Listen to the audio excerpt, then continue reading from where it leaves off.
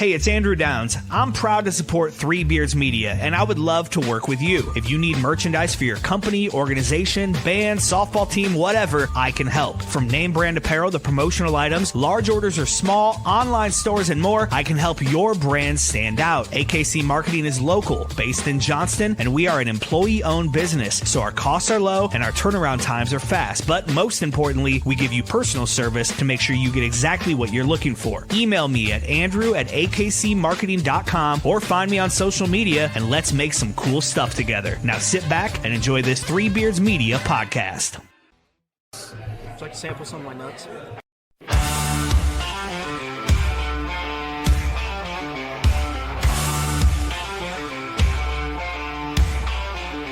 You can lift your weights, you can run your miles, but you ain't got what's been earned through trials. It ain't in the gym, ain't in the youth, it's in busting knuckles and hard-lived truth. Back's been sore since 99, but I still stack wood and I still outgrind. Call me slow, call me old, but I got hands that could bend pure gold. Ain't about muscle, ain't about speed, it's about the fire when the time comes to lead. You can talk real tough, you can flex real wide, but when it's time to dig in, boys, step aside. Old man strength, built to last, years of work, no need for class. Ain't no quit, ain't no doubt, you don't know tough till you've been worn out.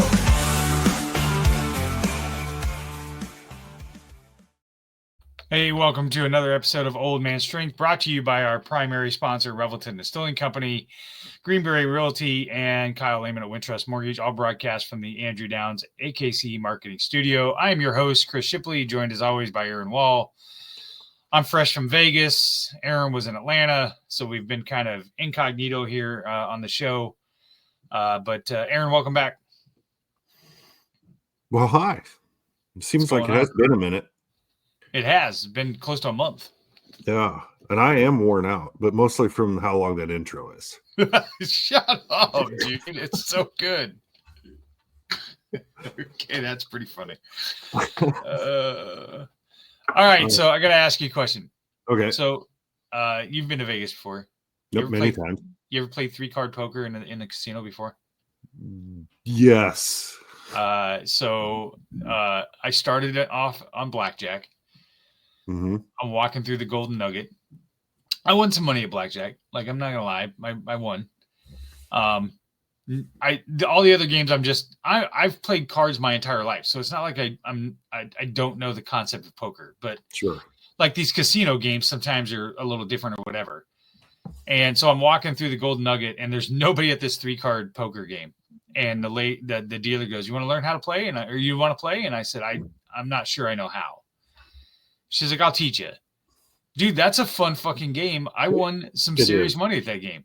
It is a fun game. That might be my new one. It's a great game to play, especially if you're already up and you want to sit and be social and have a good time.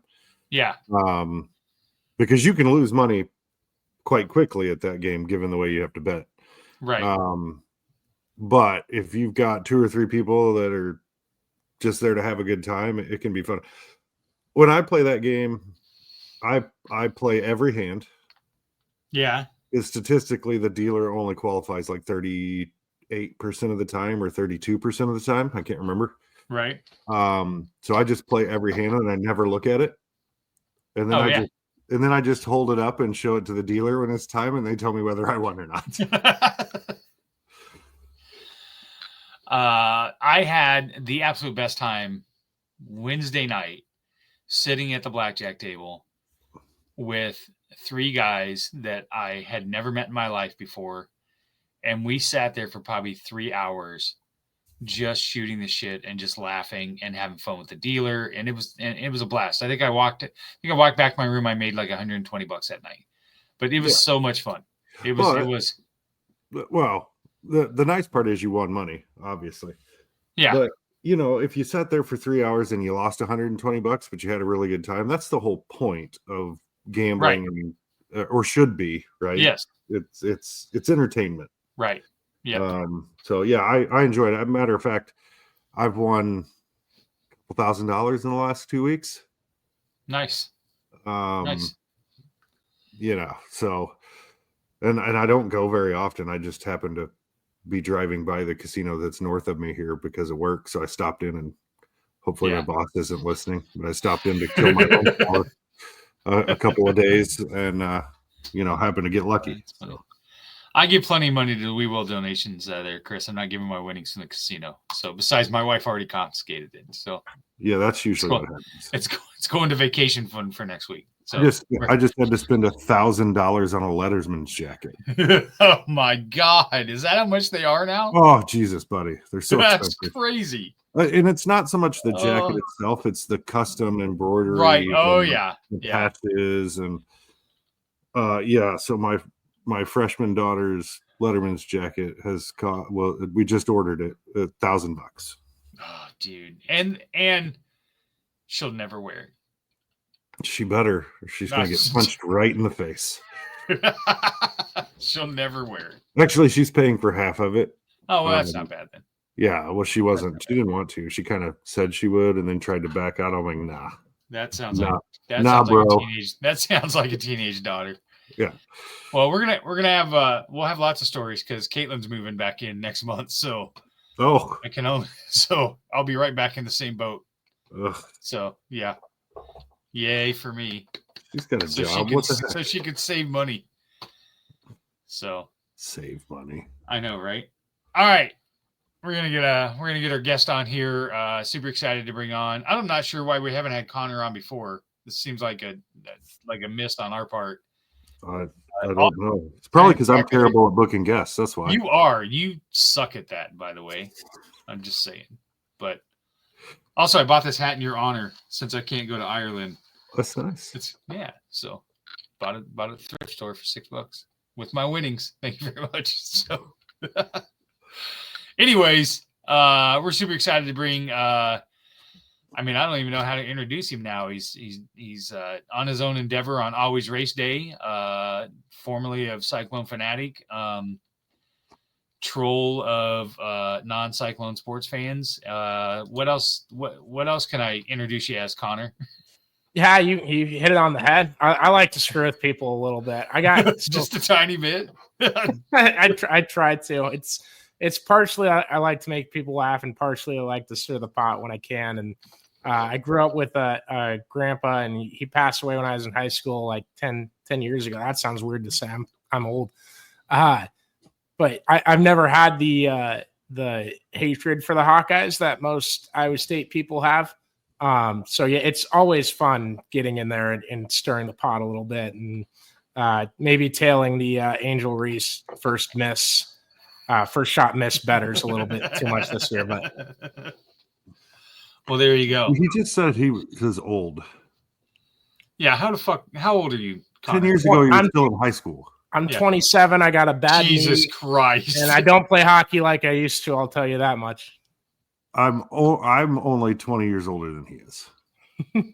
In theory, I could be his dad. I don't want to play this game. It's not fun. It's not fun. Well, my friends give me too much crap, and like I got too much body issues to be 27 years old right now. So hopefully it's not too bad.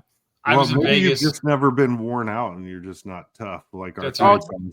Yeah. Do you want me to replay the theme song, Aaron? You want me to replay it? God, no. You ever heard anybody hate on their own theme song before, Connor? That's a banger. When we first started the Always Race Day podcast, I thought the theme song sucked, and Damon loved it. So we kept it. Was so corny and just like a royalty free, like sitting by the lake drinking beers. Totally AI generated. It wasn't. Well, ours wasn't AI generated. Ours is royalty free stuff. Ours is. But I paid for an AI song generator. So heck yeah, I saw the two guys theme songs. Those were funny. Yeah, that was one. Those were great. Yeah, that was pretty funny. So I thought I'll troll those guys a little bit, but so. All right, Connor. So we're going to bring you on here. This is what we do on Old Man Strength. We always start at the beginning. So why don't you talk a little bit about where you're from? I'll give you a brief introduction, but as usual, I suck at this entire thing, so I don't really know what the fuck I'm doing. So why don't you fill in the gaps? Give us a little bit of history about Connor Ferguson.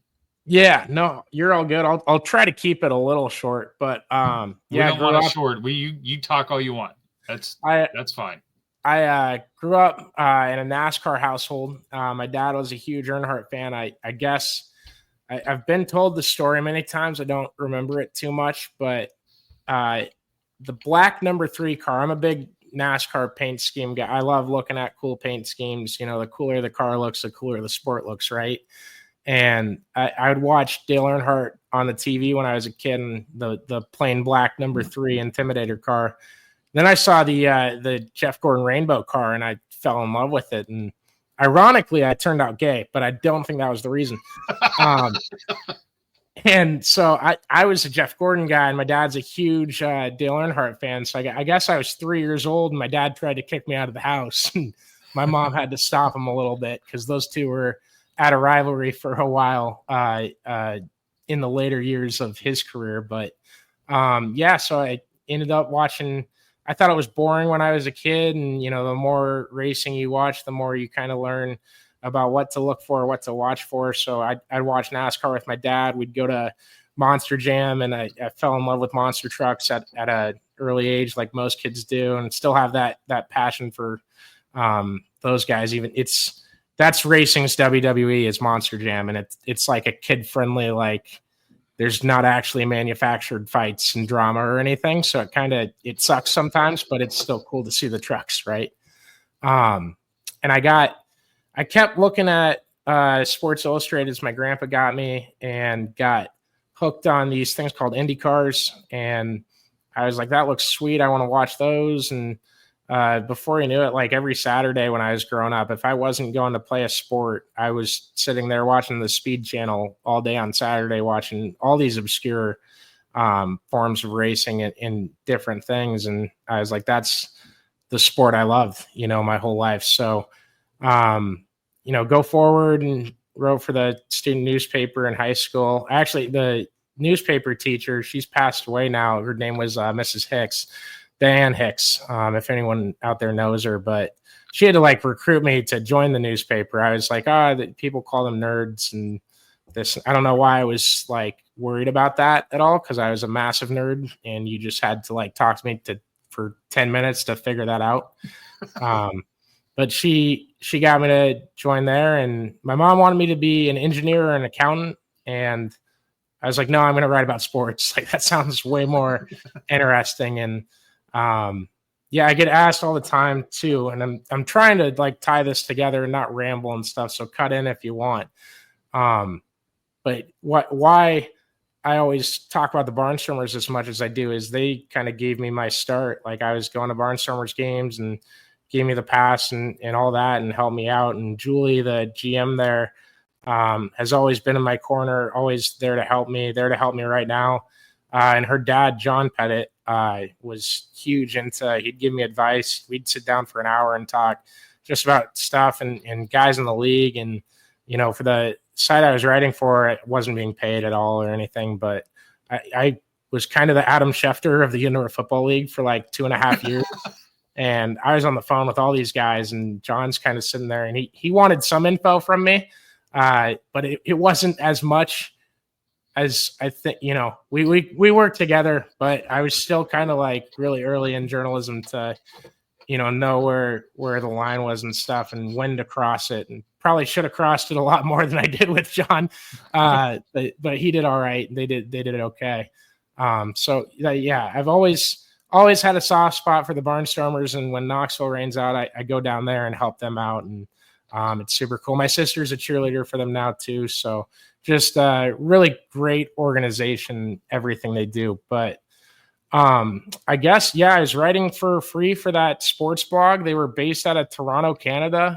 You know, it's just the weirdest deal. And I probably wrote 1,000 articles at least for them, and covered all sorts of things and did their motorsports stuff for a few years out of high school when I was in college, and just dorking around with people, and always at Iowa Speedway, and went to Knoxville, and my first Knoxville Nationals, this guy named Jason Johnson won in 2016. And I didn't know it at the time, but it was the coolest moment, and everything about the sport was like, that was, I don't want to call it the peak, because I think Nationals has outgrown even the stage that it was on in 2016. And just that more and more people go earlier and earlier in the week to now it's sold out, a week or two in advance. And that used to never happen back in the old days. And but I watched this guy win. He passed away a couple years later,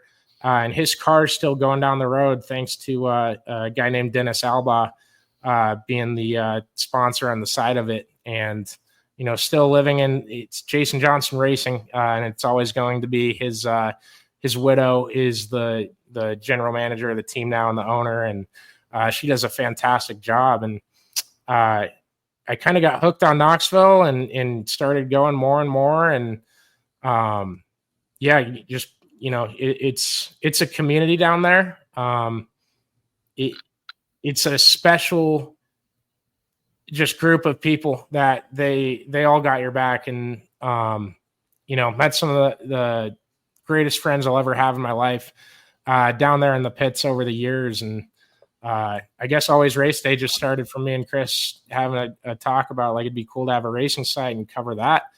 And we started it up and did some things. We dialed it back a little bit this year when I was still with Fanatic, and I wish that we didn't, but it's in a really great spot. We got some cool stuff that we do, and I'm really lucky to do it, and just looking forward to what the rest of this year is going to bring us.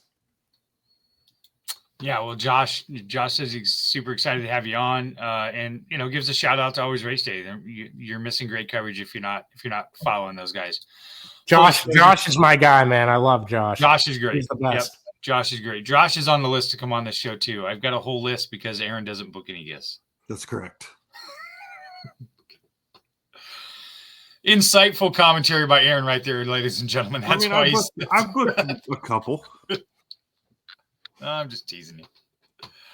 It's all good. I got dressed in the Iowa State black and white for this. There you go. No. There you go. Always be trolling.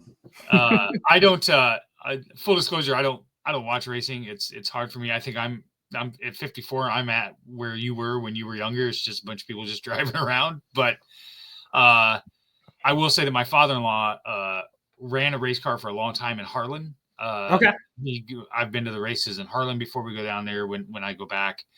And my sister-in-law and my wife and stuff like to go down to the figure 8 races in Indy and all. So it's a good time. I mean, it is a good time to go down and just relax and watch some cool racing. But yeah, that's on my bucket list. Is I want to get to a figure 8 race and I want to get to a demolition derby. I've never been to either. So okay, so I've been to a demolition derby. It's kind of cool. It's fun. Yeah, I'm a little shocked you've never been to one of those.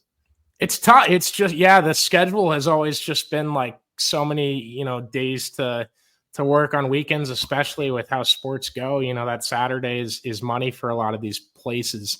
And so, I've just never been able to, anchor out a Saturday where it'd be better for me to take the day off and go drink with my dad at a demolition derby than it would be to go down and cover Knoxville. Right. Back in the day, probably before Connor was born. 98 was the year. Christ. Or thereabouts. People on here? I swear I went to a figure 8 race in, gosh, was it Adele? Was there a track in Adele? Or was there? Maybe back before 1998. Or maybe Boone. I can't remember. Boone. Man, Boone was always I don't know that was a figure 8 down in Boone. So yeah. I don't think, and a lot of these tracks can, if they were going to host a race like that, can just move some signs around and do it. But Boone's infield's super smooth. I don't know. Dallas County Fairground Speedway is located in Adele. Oh, so maybe it was Adele then. So, yeah, I remember that. That's the only time I've been to a figure 8 race, but it's a good time. Yeah, it looks like. Oh, go ahead, Chris. No, you finish your thought. Go ahead. No, it looks like it. I'll watch them on Flow Sports is a big promoter into racing, and I know some of the Iowa State wrestling fans might not like hearing me say that because they don't like the subscription price. But with where everything's going, the deal for Flow is fantastic, and got some good people that I know over there too. That if you're looking to subscribe to something to watch dirt racing at all, it won't get you Knoxville Nationals. That's Dirt Vision, but it'll get you a lot of stuff with some of the big series that we follow. So let me ask you this. As I stated, I'm not a race guy or whatever. Pitch to me why I should watch Knoxville racing. What's the allure for a guy that just isn't into it? Yeah, no, Pitch it to me. absolutely. How do you pitch it to me? Yeah, so there's kind of two ways you can go about it. Is between Knoxville Weekly, the normal guys that are there every Saturday the entire year, and they show up for nationals too. And there's a lot of talent there. It's one of the best, I guess, local weekly shows in the country. But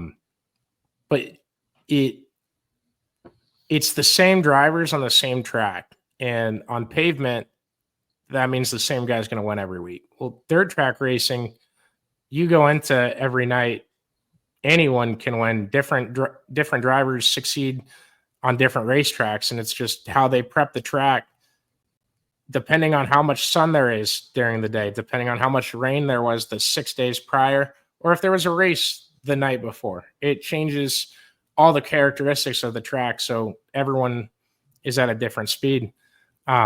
So that's one part, like the local thing compared to the national tour. I think it's one of the most consistent products in the country. And actually, let me lead with this and then get into that. But I can watch a Iowa State football game and watch it as a fan and leave the day really bummed out. And I can be disappointed all night. And man, that sucked. That was, exactly what I didn't want to see. And you can leave a racetrack like that, but you got to really hate like the top 5 drivers that finish the race, because it's really, you start watching interviews, you start watching the action on the track and seeing the guys that are more daring than others. And, oh, I like this guy. I like that guy. I don't hate that guy. And, whoever wins, you can walk away from a race, and even if you hate the guy that won it, you can be like, damn, that was a good race. And I'm not pissed off at all about sports right now. Whereas I'm a huge Dallas Stars fan, and we lost 4 straight to end the season. I'm like, man, that was a week of just freaking, I'm pissed off every single night that we dropped the game the night before. So that's one aspect of it I've always liked. And I'll throw out there that it's just a lot of NASCAR fans want the car to be changed right now. A lot of IndyCar fans before Sunday night, and they had a banger of a race at Gateway, wanted their car to be changed. The F1 fans are pissed that the cars are too big, and Monaco's a snooze fest every single year. I don't know what they're watching the rest of the year because it's about the same thing. I had to throw one in there. But as far as sprint car and dirt track racing goes, none of the fans want the car to change all that much. And it delivers almost every single night, and it's the most consistent product on the planet. And it's super cool to see. And if you're thinking at all about going down to the Knoxville Nationals, it's the biggest event in dirt racing. It's dirt racing's Indy 500 is what it is. It's a festival of motorsports, especially that Saturday. And you won't regret it one bit. It's the coolest thing. There is no shortage of things to do. You got to walk 25 feet and you'll find something to do. So, I don't know. I hope I sold it well there. I get in thoughts and different things in my head of like arguments I've had with people if they should watch this or watch that. But it's just so freaking cool, man. I have a suspicion I want to test Chris on. Oh, Jesus Christ. Okay. What is the thing you hate most about a NASCAR race? I feel like I don't see the point of watching 500 laps when maybe the last 20 it's too long. Anything. It's too long. Yeah. Right. Like I feel like I could just turn it on with 20 laps left and I haven't missed anything and I just get to see the exciting Connor, how long are the races at Knoxville? So funny you should ask. Both of them went green to checkered 25 laps Friday and Saturday this week for the national tour. And I think one was 6:50 and one was 7.5 minutes. Now the whole night of racing, they qualify into the main event. But Right. you get a lot more variety. You could show up later and get get your bang for your buck. They don't have 450 laps to stay in the draft and bide their time and do all that. They got to make moves, which is why it's so much more exciting start to finish than a NASCAR race is. Because guys are constantly working to get by somebody. There's a lot more jockeying around because they just don't have the time. I will say the times that I have went, I've enjoyed myself. Like I don't know any of the drivers. So at that point, I'm picking a guy, I'm picking a car that I like, and that's what I root for. Same thing with the figure 8 races. You know, you get different cars out there every race. You're like, okay, I'm taking number 17, you know, and my wife will fit, and then we'll kind of root against each other. So I do have a good time. Maybe that's more my speed is those types of races than the NASCAR or the big ones or whatever else. I will say what you said really resonated with the fact that, yeah, there's been plenty of times I've spent a shit ton of time at Jack Trice Stadium and a shit ton of money and came home and felt miserable afterwards because of the outcome. And I could see where I wouldn't do that if I'm going to a dirt track race. Yeah, no, it's absolutely. And I love that comparison, Aaron, that it is way shorter, especially if you want it to be. And just what they do there. And for nationals, they do basically 2 25-lap races. It's a 50-lap race. There's just a halfway break in between. And some people don't like that, but I'll go to my deathbed with, man, if I paid to watch the Knoxville Nationals and came down for the day and the race lasted 8 minutes, I'd be pretty pissed off when I walked away. So I love that it's 50 laps and that whole event. There's like a post-race party. There's everything down there that you could imagine. It's the Super Bowl of dirt racing, and there's no dirt track race bigger on the planet for sure. I mean, I may have to check it out. If you do, I will get you some beer. Come that you can hang with us any time of the night. Okay, that may be the plan. That might be the plan. So, free beer, that'll get me somewhere. We got a lot down there. So let's pivot a little bit here, Connor. I'm curious, where did you grow up? What part of Iowa did you grow up? And I'm going to ask this question because I'm a father of somebody that is in the LGBTQ community. You know, did you have a little bit of a rough time growing up with who you were? No, and fine. I'm never like caught. I don't know. Offended probably isn't the right word for that, but I'm never offended at any question or anything like that. I grew up in West Des Moines, went to Valley, just a city kid that discovered country music when he was 12. That's really what it was. Indy 500 pre-race concert with Brantley Gilbert was the first country song I listened to. You were the weirdest motherfucker I've ever Yeah, I know. No. It's different, but I was in denial about being gay. I dated this girl for a year on and off. And she saw something on my phone. She's like, it's okay to do that, right? Like it's completely all right. I don't know. I probably to a certain level, I think like everyone's on a scale. Like I'm a little bi. But yeah, no, that helped me. That was when I was 20 years old. So I really I probably knew it deep down, but I pushed that out of me, especially just, with, I would say, unsubstantiated fears. It was never, when I came out, I had a crew chief. He owns a few cars now at Knoxville. His name's Dennis Gainey, super good dude. And I'd asked him like, hey man, and he has a gay son. So I'd asked him like, hey, do you think like people would treat me different? Do you think that would be a bad career move on my part if I came out publicly with covering races at Knoxville, and that being like the first or second year I was really down there every week. And he goes, absolutely the fuck not. We're not going to, if anyone screws with you, you come talk to me. And that was like the coolest part was like everyone down there has always had my back and always been a good friend to me. Like Matt Morrow was like, I thought I was homophobic. And then Connor told me, he's like, well, if you were homophobic, you wouldn't have me around all the time. And he goes, yeah, that's probably a good point. And just the, and really just the nicest people. If you don't know Matt Morrow, sincerely, he was talking out his ass and kind of joking a little bit there, but sure. Two of the nicest people that you'll ever meet, and Matt's 2M car. If you go to Knoxville, cheer for them. They're awesome people all around there.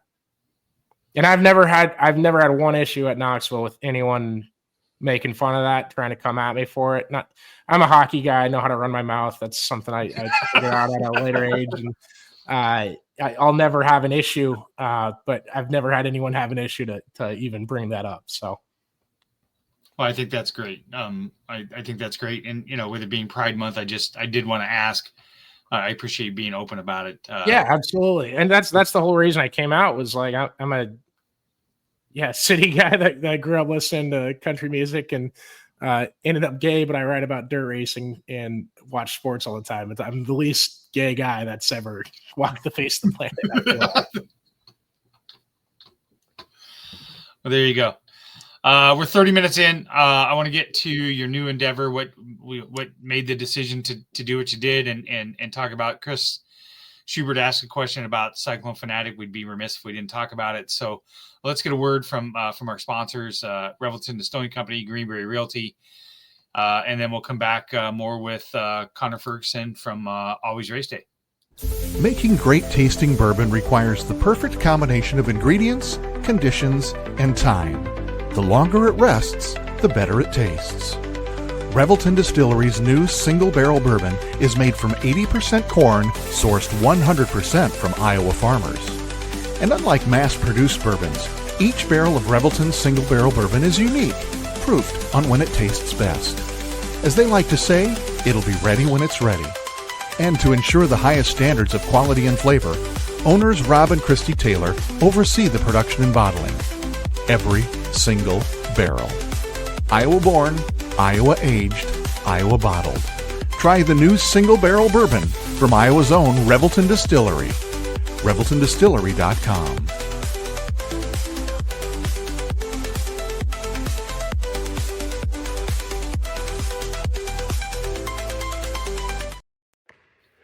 When energy meets precision, anything is possible.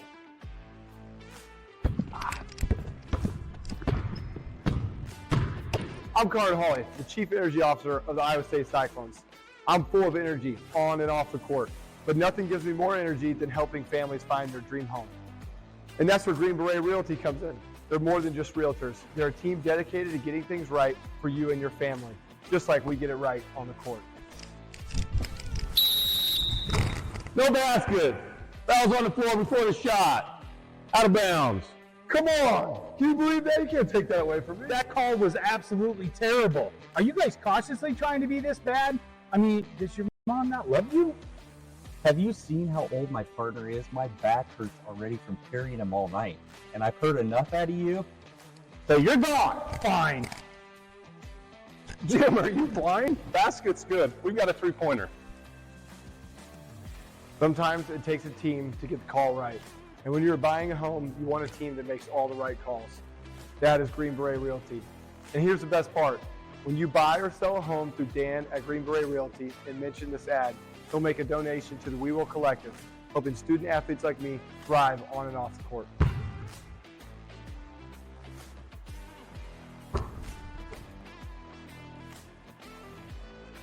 That call's so easy, even we can make it. Green Beret Realty, because getting the call right means everything.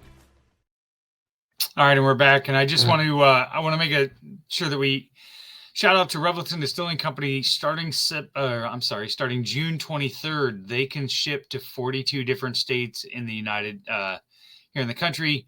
So for all you people listening out there that aren't in the state of Iowa, and you've been hearing us talk about Revelton Distilling Company, you can go right to their website, select the products that you want, add it to the cart, go ahead and pay for it, and they will start. That's a pre-order, and they will start shipping on June 23rd. So this amazing bourbon that they have, you can start getting. I don't have to buy it anymore and then secretly smuggle it to Aaron in an illegal package.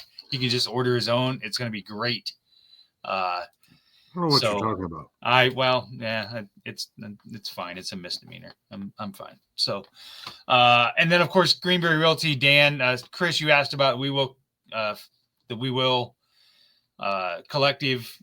Sell a house, buy a house from Dan, and he'll make a donation to We Will Collective. So, and he's got some really good video series on his Facebook page and Twitter account that he's talking about as far as financing and just some questions on the housing market. So check his page out and contact Dan. So, all right, Connor. Well, you got some love out here, Connor.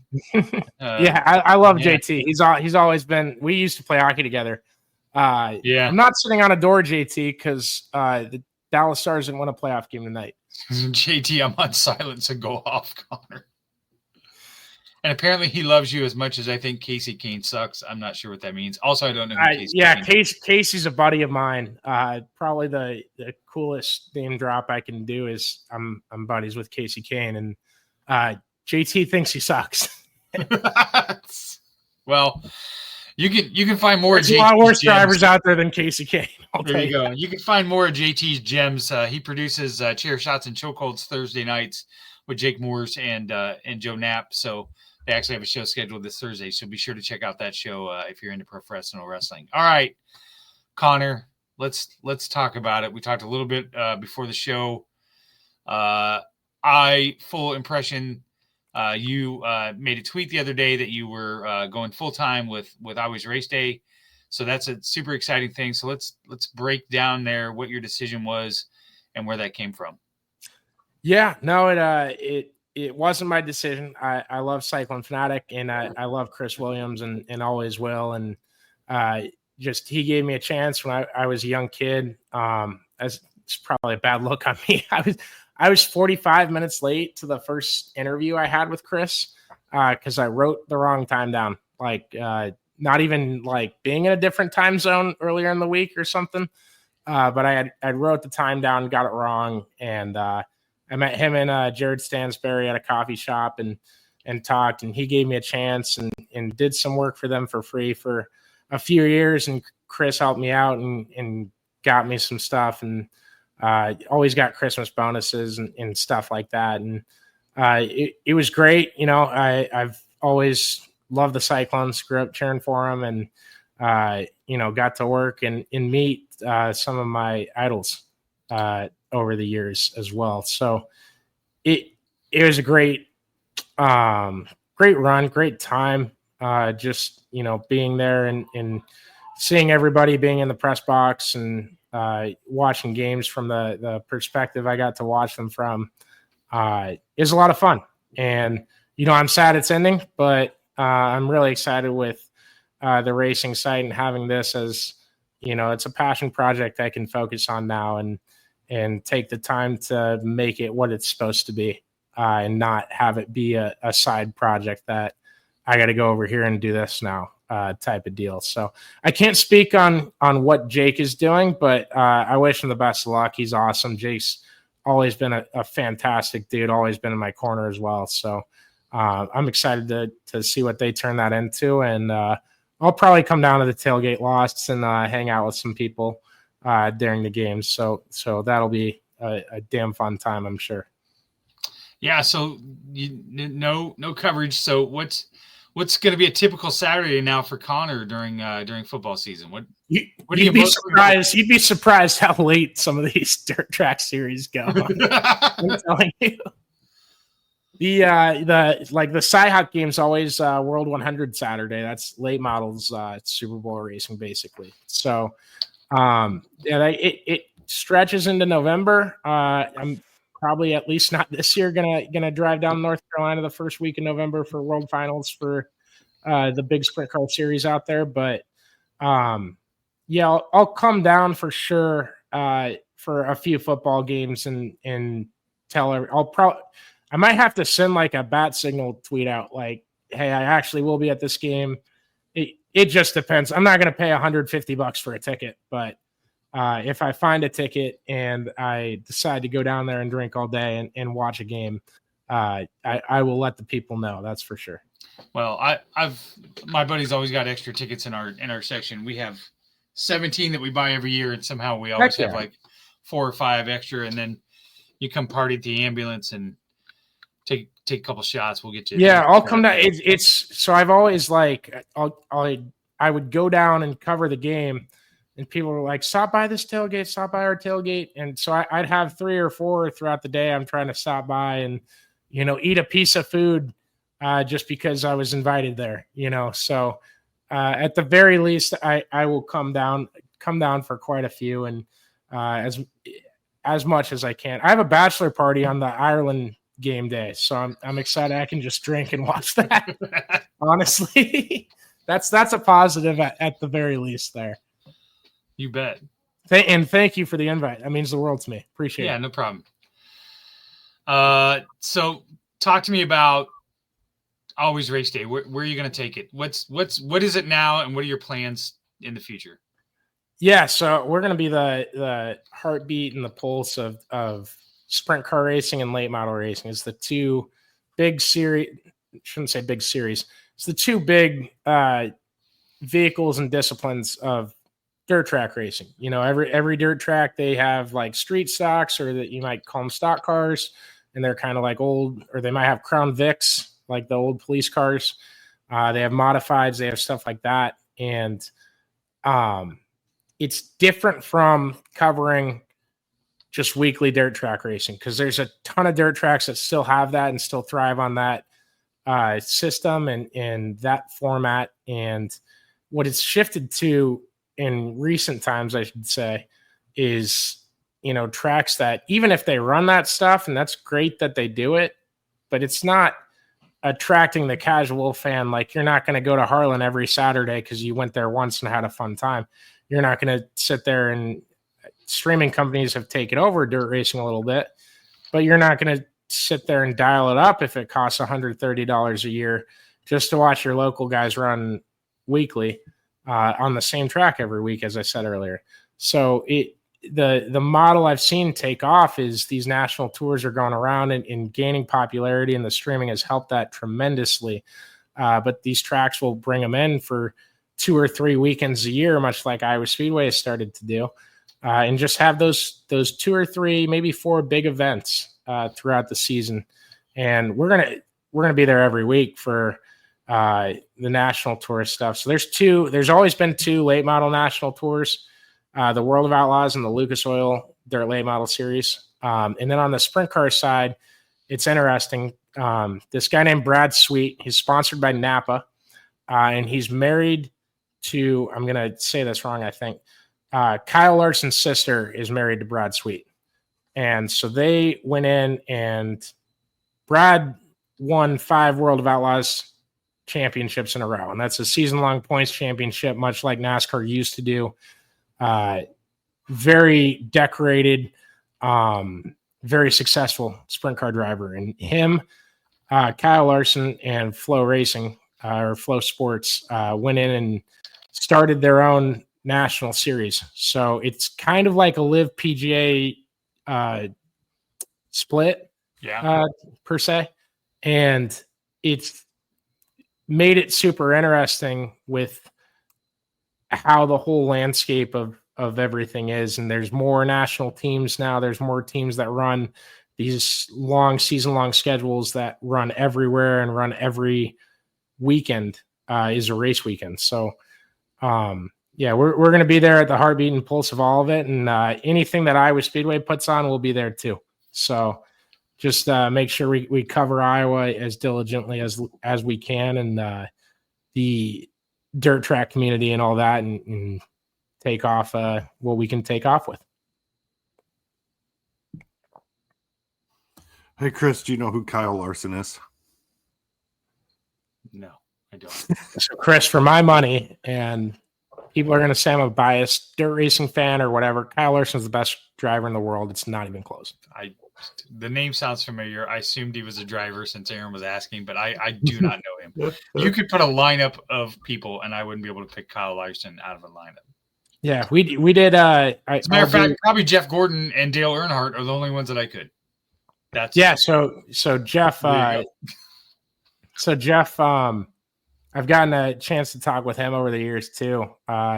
He's he's a big supporter of dirt racing, loves what Kyle Larson's doing. I'm sure he had a bit of a hand in Rick Hendrick signing Kyle Larson and allowing him. So Kyle races for Hendrick Motorsports now. He drives the number 5 car in the NASCAR Cup Series. And when he was getting signed, I'm sure Jeff had a hand in saying like, hey, you know, it's a risk because you run dirt, you're going to have some ugly wrecks, but honestly, the dirt cars are probably safer than the NASCAR Cup cars right now. Yeah. There's just some issues with NASCAR, and dirt's always been safer, but the wrecks look more violent at times just with how they tumble and stuff. But sprint cars with the wings on top of them and late models too, like it's really tough. It's tough to flip a late model number 1, and sprint cars have the wings, so it cushions them. So that's always been a concern with the guys up in NASCAR. We say up in NASCAR. I put them on the same pedestal. You know, if you're at the top of this sport, top of this discipline, you're the same. You can be the best driver in the world. You just got to prove it. And the only person I've seen prove it in the last few years is Kyle Larson, Alex Palou in IndyCar. So I'd put those guys up there. Max Verstappen's fine. He's had fast cars. He's expected to win. And yeah, that's a different deal. That's F1, Chris. Oh, okay. How do you know that? That's what I want to know. Did you just I'm Google a it? very intelligent person. I just don't say a whole lot. Yeah, well. Yep, that's right. You got nothing. You got nothing. I'm a well-rounded individual. You are. Expand my horizons, unlike Chris Shipley. That's okay. I live in my little bubble. That's all right. Yeah, it's good for me. I don't know how much people hear, and usually that's the like, oh, we started watching F1. We saw the Netflix series. Like, this guy's really, really good. And Max Verstappen is really, really good. I just wouldn't put him at best in the world, but no shame in not knowing who he is. That's fine. Yeah, so fuck off, Aaron. There's shame. There's shame. We'll find shame. It's fine. It's fine. Young career you got going on right now. Give me somebody that has kind of shaped your career and you've admired. I mean, you worked with Rob Gray. You worked with Rob Gray for a while. Give me an idea of somebody that's kind of shaped your career. God, there's so many. This is a bad question. Not bad on your part, just bad for me to answer. Rob's been my rock, man. Rob, I was dating a guy and he went to the emergency room and Rob was on the phone with me at 3:30 in the morning. Like, I can't say enough good things about Rob and how much he taught me, how much I learned under him and just being there for me and how much that means. Garrett Stansberry is another one, kind of as I was his little brother when he was still working at Fanatic, and what he, just people that took me under their wing and said, this is you. As far as like shape my career and like guys I look up to, Tommy Birch is one, and we're good friends. That's one that's not like I learned how to write because I read this guy's stuff. I don't have a lot of those. Like, it's weird. I've read a lot of great writers, but I never picked up on their tendencies, I guess, because I read so many different entities. I got a book that I've been working on for 3.5 years, not writing, just reading this 400-page book. I only read when I'm on airplanes. My ADHD is too intense for me to read on the couch. I've tried it a few times. It just doesn't work for me. So Wright Thompson's a guy. Obviously, that's an easy one. But, I don't know as far as shape my career as I got some sprint car drivers I'd name, but that's just like Ayrton Genitin, Jamie Ball, Tasker Phillips, Carson McCarl. I could shout out like half the pits that have given me advice or like helped me with stuff. So it's cool to have that. I will give you this. Todd Blythe was my favorite Iowa State player of all time. And I probably won 17 Heismans with him on the PlayStation 2. I would turn that difficult. I mean, I was 7 or 8 years old, but I would turn the difficulty all the way down and run like the same play action post and Todd Blythe would just be open.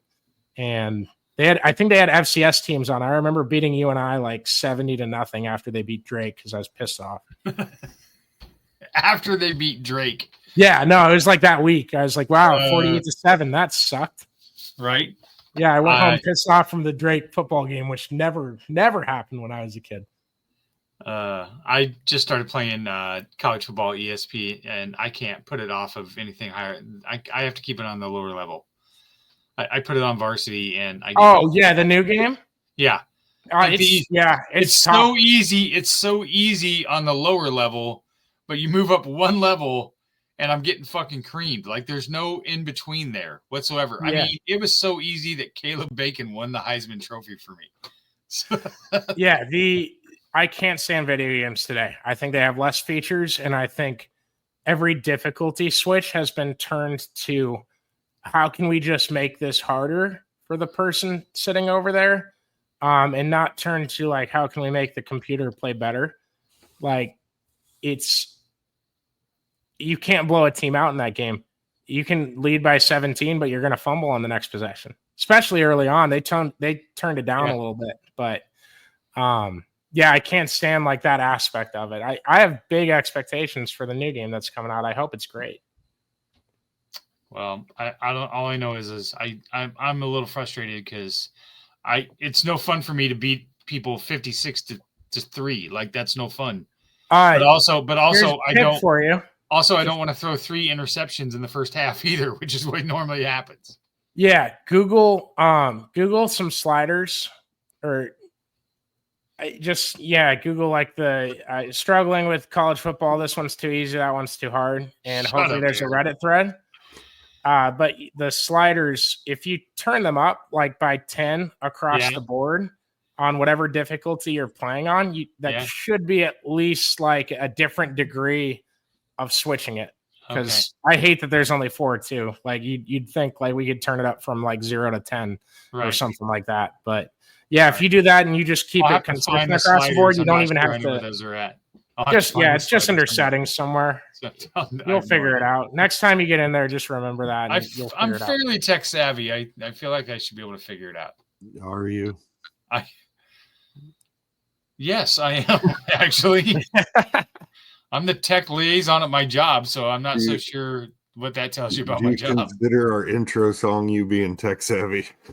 Motherfucker, that is you know what? The Iowa Podcast Awards are coming up this year. I'm going to submit that for best opening, and we better win. Oh, I will never say another word if that wins. I swear to God. All right, we gotta get another break here. We gotta get a word from Kyle Lehman at Wintrust Mortgage. But Connor, what we do here for this break is he sponsors what we call the Kyle Lehman Wintrust question of the pod, and we use this fancy little wheel where we spin it, and it'll ask a question at random, and then we'll ask you the question.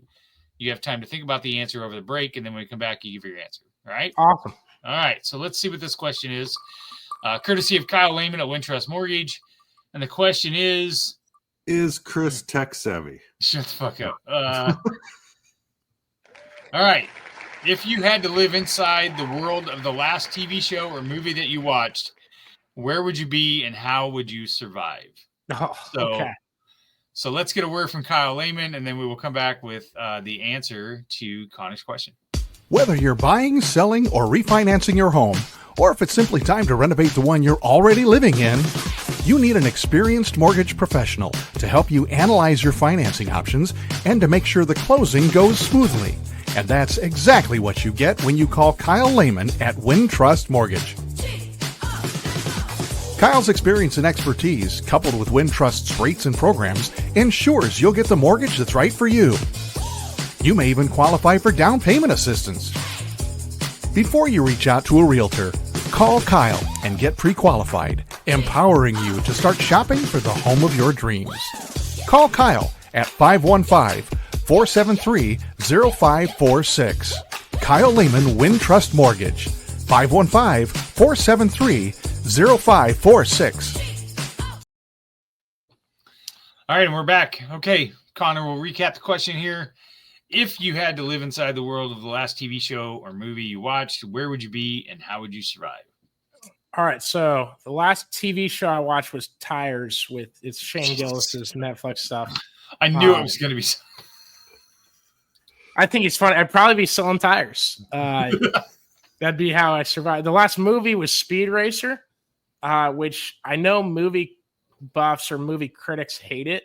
That was one of the coolest movies. It's still one of the coolest movies to me ever. Just like imaginative race cars, and you'll see guys wreck, and they'll come out of the car, and then they have like bubbles that form around them, and they just bounce down the track in this like bubble wrap ball, essentially.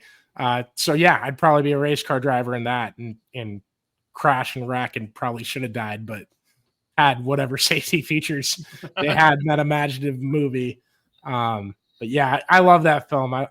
I'm the other movies that could have been brought up are just all stupid comedies anyway. So it's a good thing I watched that one. Like, so more tires. Oh, I'd thrive in The Hangover. I mean, well, it's a good thing we can find Doug easy. I got you guys. Let's check the hotel first. Well, it's a good thing that I didn't do mine because mine was Gladiator too. So I'm not surviving. So you're dead. Yeah, I'm dead. I'm not surviving. No fucking way. I've been rewatching or trying to figure out if I ever watched all of Blind Spot. That's been on Netflix. They just put back on Netflix. So I don't know if I'd be the FBI agent side of that or the bad guy side of it. Hard to say. Haven't seen it. No kidding. I listen. You don't have to take a shot every single time we come up with the topic. I've not. Oh, I like it. No, every time he opens his mouth, he's just going after you. I know he's just going after me. I know, right? Don't ask engaging questions of the guest. Don't just take pot shots at me. That's all. That's what this whole pot is. 100%. So easy. I do make it easy. You're right. Icon. Final segment. This segment is the Steph Copley shut the fuck up moment. Steph Copley was famously on this show. She holds the record for the most downloads, believe it or not, for this show. And our previous, I believe that in a heartbeat. Steph's the fucking best. She's the best. She was trying to get her point across, and one of the former hosts of this show wouldn't shut up, so she told him to shut the fuck up. And I thought it was so funny that we made it a segment. So, but it's not paid by us. We're encouraging people to donate to the Young Women's Resource Center in honor of Steph Copley. So we're going to play a quick message from Steph. And then when we come back, Connor, we have to shut the fuck up, and you can say whatever you want, and we're not allowed to interrupt you. And that also means that Aaron can't make fun of me. So, all right. This is my favorite segment. All right, let's get a word from Steph. Hey everybody, it's Steph Copley, the woman behind the STFU segment on the Old Man Strength podcast. When I told the guys I wanted to sponsor this segment, they recommended that I make a charitable donation instead, so that's what I did. I chose the Young Women's Resource Center in Des Moines, Iowa. They're a nonprofit that supports, educates, and advocates for girls and young women ages 10 to 24. Their whole goal is to make sure that these young women become strong, self-confident, and successful. And if you know me at all, you know that aligns with my goals as well. If you're interested and would like to donate, check them out at ywrc.org and donate today. And remember, don't forget to STFU and listen every once in a while. Thanks. All right, we're back. Okay, Connor. Aaron, I'll shut the fuck up. You can say whatever you want. So, I don't know. I'm a big fan of Pardon My Take. It's a Barstool podcast, but it's really kind of outgrown what Barstool is in the I don't know. I don't want to like limit it to 10 or there's 10 or so really talented guys at Barstool that I look up to that are super funny, and I'll listen to some of their stuff and keeps me entertained through any bad days. As much hate as I get from the stereotypical journalism friends I have for listening to them. And they'll have an NHL player on, and it's like, hey, you got 60 seconds to bash the NBA. I would do it with F1 in the NBA. I'll just say there's better racing. If you're looking for open wheel pavement racing, go watch IndyCar. There's going to be more passes. There's going to be more excitement. It's so much better. than the snooze fest that Formula One puts on every Sunday. I've watched it since 2012. I haven't been like a new fan that's upset with the new car. They suck. They really, really suck. But keep it positive. Go out and go to a race at Knoxville. And if you really want to be wowed, buy your Knoxville Nationals tickets. You can get them for less than $50 for sure on Saturday, the Knoxville National. Don't buy them that Saturday. Buy them now. Buy them before because it will sell out. And go down there and enjoy the day and shoot me a text. Chances are I will just invite you to hang with me. You can go buy a pit pass to get into the race if you're in line early enough around 1:00. They'll open it whenever, 1:30 or 2. But if you get in line, you can get in the pits for $50 and you can come hang with me. I'm not opposed to it whatsoever. Don't get in the background of my interviews. That's all I ask. But sincerely, anyone out there, if you want to experience the coolest dirt track race on the planet, come down to Knoxville for the Knoxville Nationals. And if you're interested in sponsoring a racing show because you like racing, hit me up too. But easy to find. My email's on my Twitter and my DMs are open too. So awesome. Yeah, that's about all I got. And F1 sucks. Just wanted to reiterate that. Cool Netflix show. Fine. It was all right. Yeah, they play everything up. They're hootie-tootie.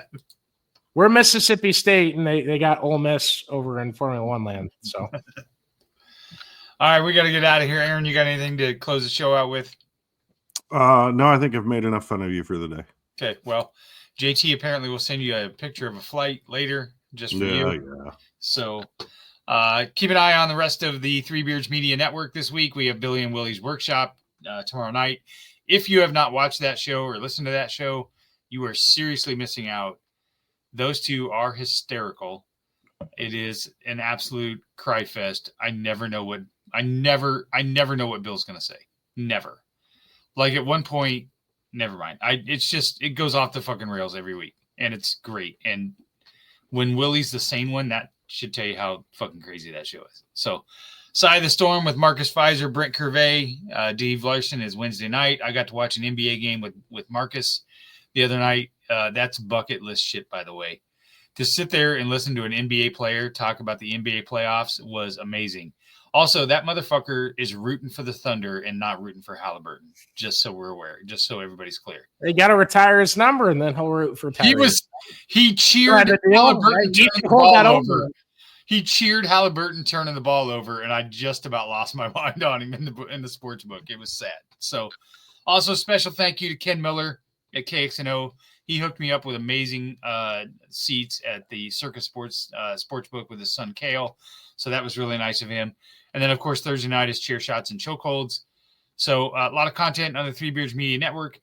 Go to Connor's Always Race Day. Subscribe to that. Hit his YouTube channel. I'm assuming you got one of those, right?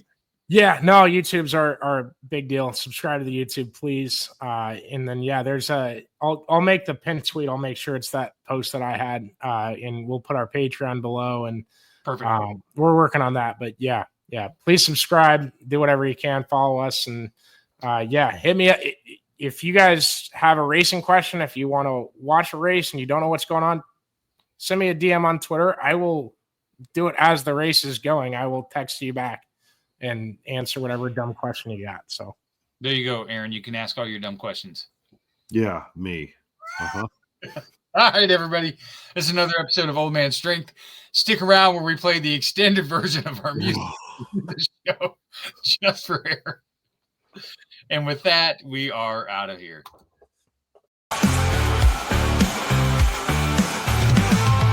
Old man strength, built to last. Try to break me, you won't get past. Ain't no quit, ain't no doubt. You don't know tough till you